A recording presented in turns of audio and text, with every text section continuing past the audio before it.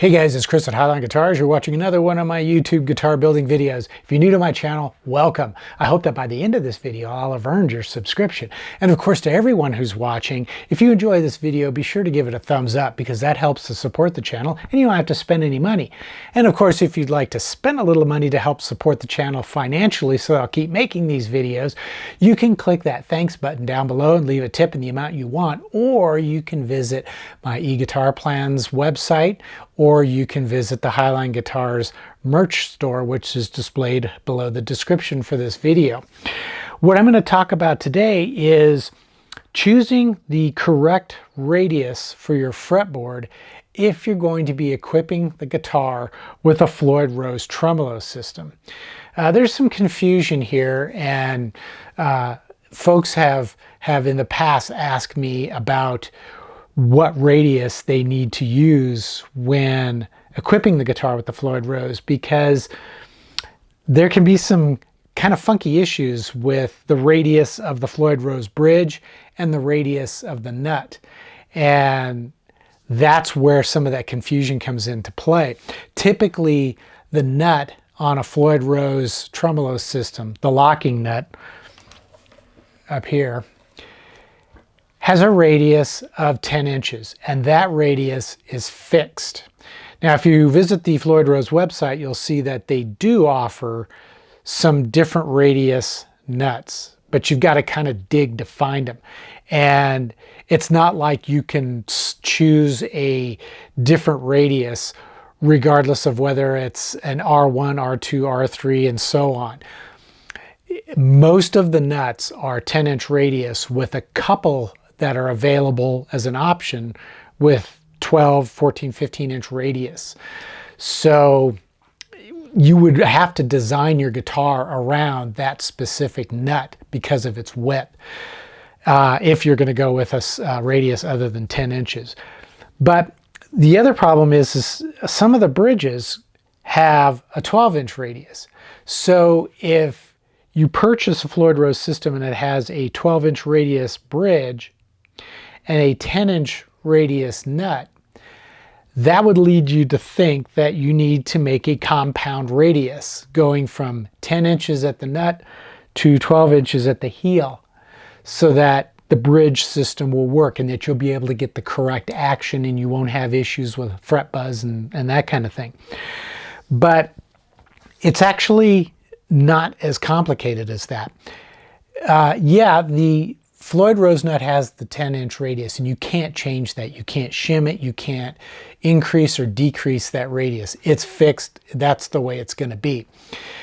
However, that nut is going to work in most cases regardless of the radius, anywhere from 9.5 inches all the way up to about 14 inches. And you're not going to have an issue. To kind of explain and to demonstrate that, check out this drawing that I've done. This was done at full scale, and I've blown it up so you can see it closely. But the red line, if you look really carefully, you'll see there's a red line there. That represents a 10-inch radius fretboard. The black line is a 12-inch radius fretboard. If you know, it's clear that you can see that the two are so close together that it almost doesn't matter whatsoever. It's inconsequential. And I have found in my experience, I can equip a guitar with a fretboard radius of either 9.5, 10, 12, even 14, and still use that Floyd Rose 10-inch radius nut, and you simply can't really feel or detect any difference.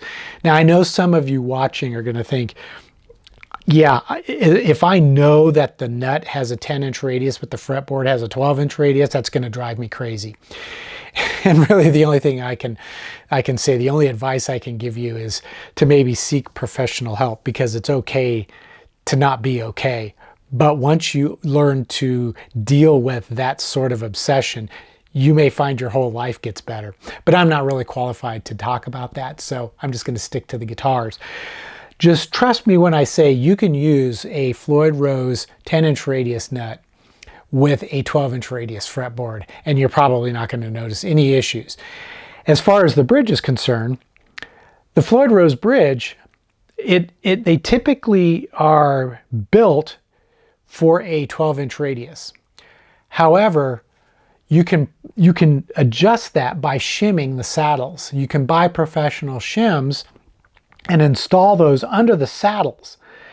So typically, if you're looking to increase the radius to go, or I should say reduce the radius, go from a 12-inch radius, which is what it was equipped with, down to something like a 10-inch radius, you would shim the 3 and the 4 saddle, which are the center 2 saddles, to raise those up a little bit.